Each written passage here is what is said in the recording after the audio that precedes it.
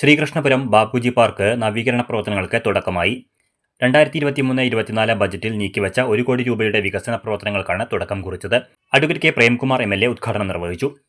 പ്രവേശന കവാടം, ഫെൻസിംഗ്, കെട്ടിടങ്ങൾ, ഉപകരണങ്ങൾ എന്നിവയുടെ നവീകരണങ്ങളടക്കം പാർക്കിന്റെ ആധുനികവൽക്കരണ പ്രവർത്തനങ്ങളാണ് ഏറ്റെടുത്തിട്ടുള്ളത്. 2024-25 ബജറ്റിൽ പാർക്ക് മുതൽ കരിമ്പുഴ പാലം വരെ നടപ്പാത, പുഴയോര സംരക്ഷണം, ബോട്ടിംഗ് തുടങ്ങിയ പ്രവൃത്തികൾക്കായി 2 കോടി രൂപയുടെ മറ്റൊരു പദ്ധതിയും അനുവദിച്ചിട്ടുണ്ട്. ഇതോടൊപ്പം ചന്തപ്പുര ടൗൺ വികസനത്തിനായി 1 കോടിയുടെ പദ്ധതിക്കും അംഗീകാരം ലഭിച്ചിട്ടുണ്ട്. പാർക്കിന്റെ പ്രവർത്തനം കൂടുതൽ മെച്ചപ്പെടുത്താൻ ഈ പദ്ധതികൾ ഏറെ പ്രയോജനപ്പെടും. 2025 ഡിസംബറിനുള്ളിൽ പ്രവർത്തനങ്ങൾ പൂർത്തീകരിക്കുവാനാണ് ലക്ഷ്യമിടുന്നത്. ആദ്യം കൊടുത്ത ഒന്നാണ് ബാപ്പുജി പാർക്കിനെ നമുക്ക് ഒന്നുകൂടി അപ്ഗ്രേഡ് ചെയ്യുക എന്നുള്ളത്.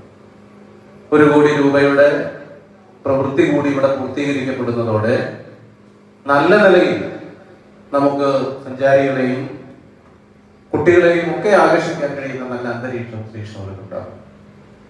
2 കോടി രൂപ കൂടി നമ്മൾ മാറ്റി വെച്ചിട്ടുണ്ട് ബജറ്റിൽ. അത് 24-25 വർഷത്തെ ബജറ്റിലാണ്. ആ വർക്ക് എന്ന് പറയുന്നത് ഇവിടെ നിന്ന് കരിമ്പുഴ പുഴയിലേക്ക് നടന്നു പോകാൻ പറ്റുന്ന നിലയിലുള്ള ഒരു നല്ല പാർട്ടി.